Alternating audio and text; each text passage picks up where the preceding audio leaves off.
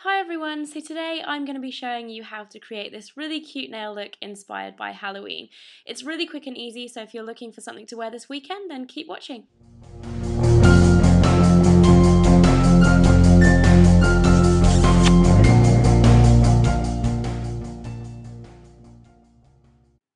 Okay, so for this tutorial you are going to need a base coat. I'm using OPI's Ridge Filler because it's really good if your nails are in bad condition like mine and needs smoothing out. It gives you a really nice smooth surface. You're also going to need an orange nail polish. I'm using Barry M's Tangerine, which has a little bit of shimmer in it. You're going to need any plain black nail polish. I'm using one from Miss Sporty, and any plain white nail polish. I'm using one from Kiss. You're also going to need a green nail polish. This one's from Topshop. And finally, an optional extra is a sparkly top coat. This one is actually from Ollie. It's called Shine On Crazy Diamond, and it's just gorgeous. I think it just adds that little extra something. You're also going to need a orange stick cocktail stick or a nail art tool. I'm just using an orange stick for this, and I've already painted my nails with one coat of OPI Ridge Filler, one coat of the Barry M Tangerine, and then finally one coat of the Orly Shine On Crazy Diamond, just to create a base for the nail art that we're going to be doing, and it looks like this, very pretty and sparkly. So I'm going to start off by taking some of the black nail polish and just dotting a little bit on the page there, and then I'm just going to zoom in so that you can see a little bit better. So taking the orange stick, I'm just going to be drawing a circle. Now the first nail art that we're going to be creating is a spider, so this is going to create the body of the spider. And you're going to need to make the circle small, but not too small, because we still have to fit all 8 legs of the spider on there. So once you've done this, you just want to start creating the legs. You want to use 2 stroke motions to do this, so do one side of the leg and then the other side of the leg. And you want to do 4 on either side, so it's actually got 8 legs.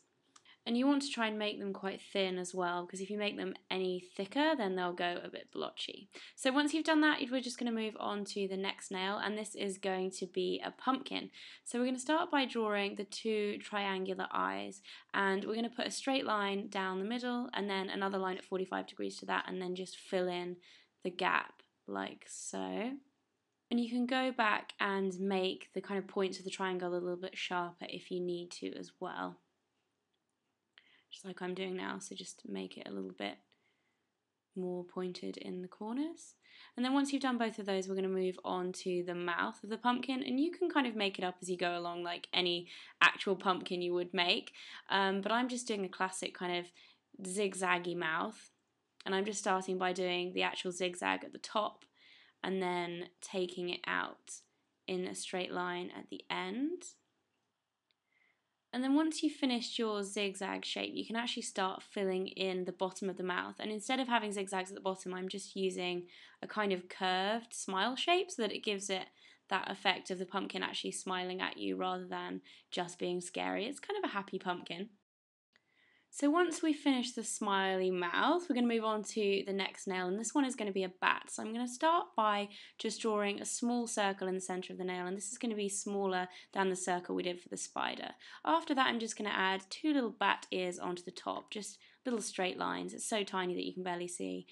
I'm also going to add the wings. Now the wings are going to be pretty huge in comparison to the body, so I'm just going to start by taking the black polish kind of in a curved line straight upwards, and then bringing it down the sides of the wings and curving out a little bit there, going into a point at the bottom. And once I've done the first point, I'm just going to bring it back up and then make another point at the bottom, like so. And then once you finish the basic shape of the bat wing, you just want to start filling it in with black polish. And then once you've done one side, you just want to repeat the exact same shape on the other side and then fill that in too. So once we've done the basic shape of the bat, we're going to move on to the next nail, which is going to say boo on it. And this is where the cocktail stick is actually really important, because we don't want it to be too neat. We don't want it to look kind of like neat handwriting. You want it to be kind of a spooky handwriting. So I'm just using really small kind of dabbing motions to create that kind of spooky looking handwriting. And you can actually do this facing towards you or away from you. I've chosen it to be facing away from me, but it's all totally personal choice. So I'm just going to do the O's in the same kind of dabbing motions, and I usually do the second O a little bit smaller than the first one as well. So once you've done that, we're going to move on to the final nail, and this is going to be a cobweb. So we want to take straight lines from one corner of the nail, and you can do it from whichever corner you want to. And I'm going to make about 4 of these lines. And they don't have to be particularly straight. I mean, if you want to make them very, very straight, you can use a nail brush if you want to, but I kind of like having them a little bit wobbly because after all it is Halloween and everything's a little bit creepy. Once I've done that, I'm just going to start doing the little half moon shapes in between the lines to create that webbed effect. So I'm going to take these in between each of the lines, and then once I've done the first layer, I'm also going to do the second layer, so it's going to be about halfway in the lines like so.